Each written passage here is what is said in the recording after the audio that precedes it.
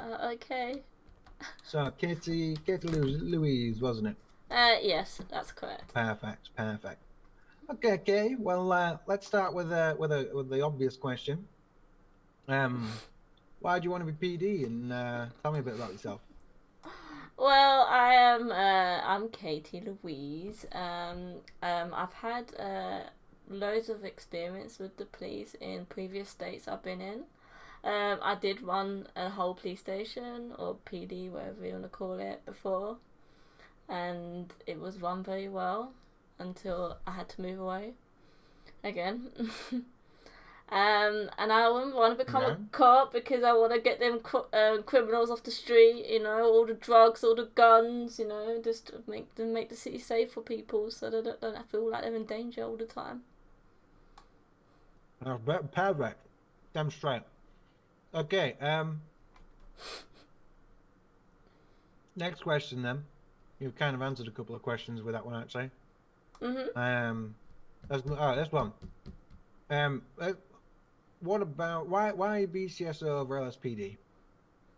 Oh, because I just feel like I've done different sectors of the different what do you want to call it, departments, and I liked that trying them all out, and I feel like I haven't done the Blaine County yet, and I feel like it's going to be a nice experience to try a different department. Perfect. Brilliant. Okay. So you've talked a little bit about your experience. Tell me, did you use the similar sort of MDT that we use, or is it something different? Are you on the tablet things? We're on a tablet, yeah. Yeah. I think yeah, it's the same. I think yeah, I use the same tablets. Brilliant. And given your experience, I have to assume you're pretty good when it comes to your report writing and that sort of stuff. Yeah, I'm top notch. Perfect. Perfect. Okay, brilliant. Um, let's talk. Let's go through some scenario questions. We've got a Oh god. professionalism question here. Yes. Uh, Go ahead. so you pull somebody over on the side of a street. He's been going 80 in a 50 zone. Okay. He's pretty rude. He starts getting extremely rude with you. Actually, he doesn't show signs of aggression, but he's extremely rude with him. How do you respond to him, and what are your thoughts in this situation? Well, first of all, I would obviously try and calm the situation down before if he did decide to get aggressive. Like, I want to make sure it doesn't get to that point, and then I would ask him politely not to be rude to me. And then obviously if the situation was calm and the guys calmed down, I would just give him his ticket. Okay, perfect. If he didn't calm down, what would you do with his ticket? Well, if it depends on how far he would take it, like how far would He he never have gets aggressive with you. He's just mouthy. I'll just give him his ticket and get back in his car. I'll tell him to get back in his car and wait for my lights to be Yep, turned off, and then perfect. That's exactly what I would do. Um, yeah, okay, bro. Next one then. So you are with your FDO. He's a corporal. And this corporal is taking you to a 24/7 robbery. But then the sergeant, a sergeant who is higher rank than corporal, comes up to you both and says, "I need you both at Toledo," and then takes off himself. Now, as soon as he goes, your FTO corporal has decided that you are still going to attend the 24/7. There is no right or wrong answer to this. What do you do well, essentially? What are you thinking? to be honest, I would just ditch the 24/7 and go to where the sergeant man is. On your own without your FTO? Well, I'll tell him to come. I'll be like, just come along. So you'd apply some searching. I like it. Good. I could tell you were in charge of a police station if that's how we deal with it. That's Yeah, yeah. no, you have to be bossy sometimes. Bossy is good sometimes, but you just remember you can't do it to a superior generally. It's that's the only thing. It's a kind of a this is why it's a no-win situation, because on one hand you want to do what the sergeant says, on the other hand you can't leave your FTO. Of course. That's why it's a bit of a no-win situation. Yeah. I think that's why. I think it depends on who's more angry though. Maybe, or maybe it's just down to what I feel like doing. Maybe it's just down to how bossy you are. You know, there's a bit of both. There's two ways through that, right? Yeah, you'll just go with the highest ranking officer and listen to them.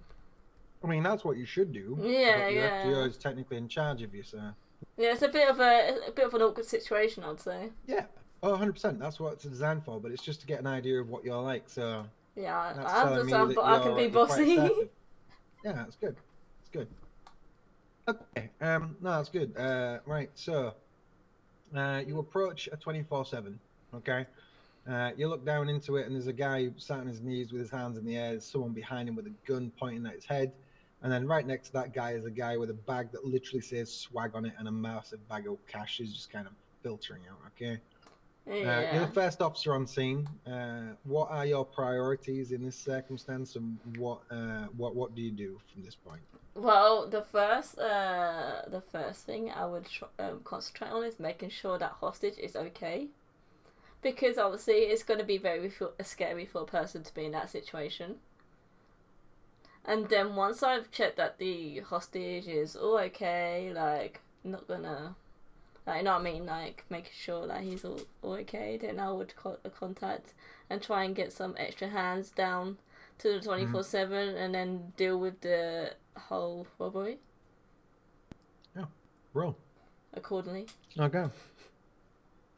Yeah, no, it's phenomenal. Very good. I like it. Okay. So. Okay, so. The next one is this is the last one that I'm going to ask you in scenario questions. So you respond to a 911 call at the end of a pier, end of Del Perro Pier. Okay, someone's looking at the water. They've got the dog next to them, and they're shouting at the dog, and they're aiming a gun at the dog and such things. You can't decide what mental state this person's in. What do you how do you approach the situation, and what are your thoughts? Well, first of all, I would be really worried about what got that man to that point, to be honest, because like at the end of the day, a dog is like family, and then I will try. Maybe he wants to take the dog with him to heaven. Or hell. I just feel like there must be a wire missing, So what do you do? And well, I'd obviously first of all like try and get back up before I do anything, because he's obviously got a gun. Dangerous, very dangerous. And then I would try and speak to him once my backups came, and try and calm the whole situation down, because I do not want a dog being shot in front of me, because it'll be very upsetting. And then hopefully the man has calmed down, and then I would call like EMS to come and give the guy a mental evaluation. That was the word I was looking for. EMS. It's phenomenal. Excellent. Yeah, really good answers. I'm impressed. So I'm gonna give you one last question. Okay. This is the big one. This is the one that oh gosh. I want you to take time on this one. All right. Oh my god. Okay. And just bear in mind, I do have favorite answers to this question. So tell me, if you were reincarnated as any animal, including mythical beasts, so I'll add that as well, what would you be and why? A sloth. A sloth, because I like to chew. Oh, I thought you said first off, not a sloth. What the fuck? A sloth. You'd be a sloth. Or a raccoon. Oh, raccoon. Okay, explain. Choose one and explain. I would like to be a raccoon, because I find them like super cute and cuddly, and I feel like I can be quite cuddly sometimes, and they're very brave, and can have a bit of aggression to them, and Yeah. Well, let me tell you this: when you meet the raccoons in this city, you won't be saying that. But Oh, yeah, oh my god, that's I love fine. raccoons. Yeah, well, that's good to know because you can deal with them for me. We've got an infestation right now. Oh We're currently really? trying to get the we're currently trying to get them identified as raccoons, so we can just put them down rather than being actual humans. But you know, if it turns out they are humans, then you know we'll have to deal with them another way. But if we get them identified as raccoons, we could just put them down. How would you even do that? What, putting a raccoon down? Not identifying them. I'll get the rangers on it. I'm not doing that shit. I've already had my rabies jab Are though. they that bad? Well, you know, they do cause a bit of trouble. I'm not gonna lie, but yeah, you never know. You'll come across them at some point, I'm sure. Yeah, I'm sure. Okay. Well, that's the last question that I've got for you, essentially. So did you know my answer to that question? Yeah, the sloth thing was good.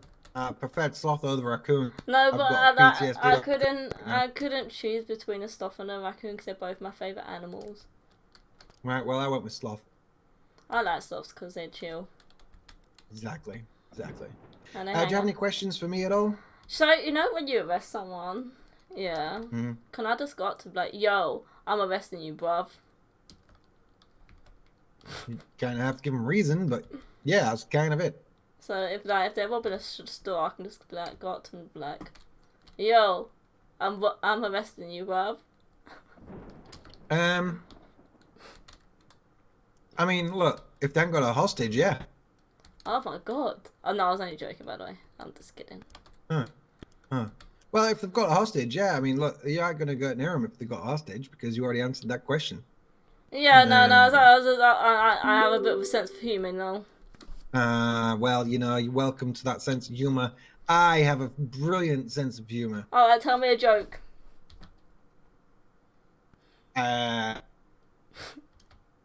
Okay, right. This is a bit of a long one, but here it goes. So this guy can't talk very well, and he goes shopping. Right, he goes into a DIY shop and he gets a bucket, and he goes to the counter. He's like, "Can I have this bucket, please?" You know, and this person down the counter's like, "What the fuck? What are you on about?" You know, and he's like, "I want this bucket." And she goes, "Oh, you mean the bucket? Okay, yes." Anyway, walks out with his bucket, goes into a next shop, and he's a bit hungry, so he grabs a bun from the bakery, and he goes up to the counter and he's going, "Can I have this bun?" And ladies be like, what do you mean by a bum? And he's like, "Can I have this bum? I want this bum," you know, pointing at the bun. Anyway, so she's like, "Oh, you mean the bun? Okay, yeah, that's the bun." So he goes out, holding his bucket and his bun. He's just chomping on his bun, and he decides he's quite lonely at home. So he grabs himself, goes and gets himself, thinks, "I know, I'm gonna get a dog," and goes into the window and sees this little cocker spaniel. He walks in and can have that cock and scratch it. And this woman's like, "What the hell, a cocker spaniel?" No, yeah. And he points at it and she's, "Oh, you mean the cocker spaniel?" Yeah, I know. So anyway, he walks out with his dog on his lead, eating his bun, and all of a sudden he knocks into somebody, and he looks at them and then spits his money and food out, and he's like, "Hold my bum and fuck it while I catch my cock and scratch it." That was a good one. I'll give you that. Nailed it. Nailed it. Also, lasted all the way up until the storm. Look how dark it is out there. So how do I find out about the results of the interview? Would it be email? I'm going to tell you right now. You're fine. You've got it. You're in. I'm going to send you your details about the academy this Saturday. Academy. This Saturday. What happens?